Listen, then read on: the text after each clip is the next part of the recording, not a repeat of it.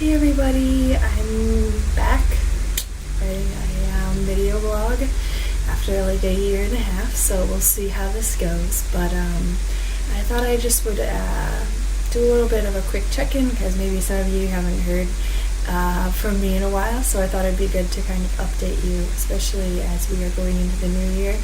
I thought it would be a good idea to just share with you kind of what has been on my mind. As I was going to write my blog, I realized that I haven't written in a year.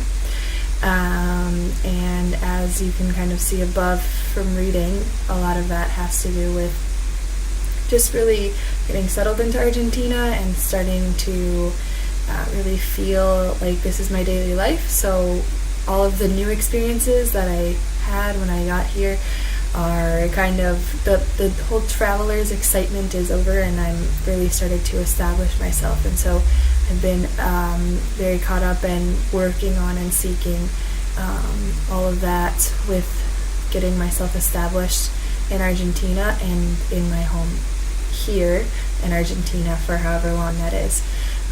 So I just wanted to share with you a little bit. As I stated kind of in my writing, I think when I'm reflecting on this past year, one of the things that I have found is something that I've really been learning this year is the word seek, which I have written it here in Spanish and English. And you can even see it behind me. This is a word that I chose at the beginning of the year.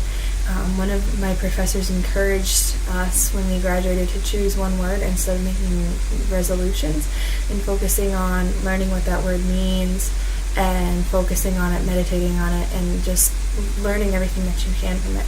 I think that word was perfect for me this year, especially because I just had a lot of things to seek out from the Lord to kind of figure out what my place is here in Argentina. After you kind of get adapted and settled in, it's kind of like, okay, what's my purpose? Now I know what I'm doing here in Baica, where I work, my school, but like, what's my purpose outside? Where do I belong? Where's my church community? What am I going to do after school? Those kinds of things, those questions, those natural things. And so I think that's been the biggest thing this year, is just seeking that out. And I think the biggest thing that I learned is that when we seek Him and petition to the Lord, He is faithful in answering us. But that doesn't always mean that it's going to be easy, and it takes a lot of work. I learned how active I need to be in that process, and how I need to also be working and looking and trying to keep my eyes open as well, because so often I think we forget that it is important to be opening and seeking and asking, but also making sure that we're doing our part, that we're not missing what He's putting in front of us, or maybe opportunities that He's giving us to take and work through. So to just kind of keep that short, I've found a church body here.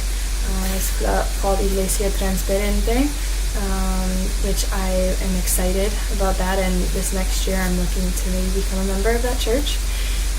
It's been cool this year. I've really found who kind of my true friends are. When you kind of go through a new country, you kind of have a lot of friends in the beginning.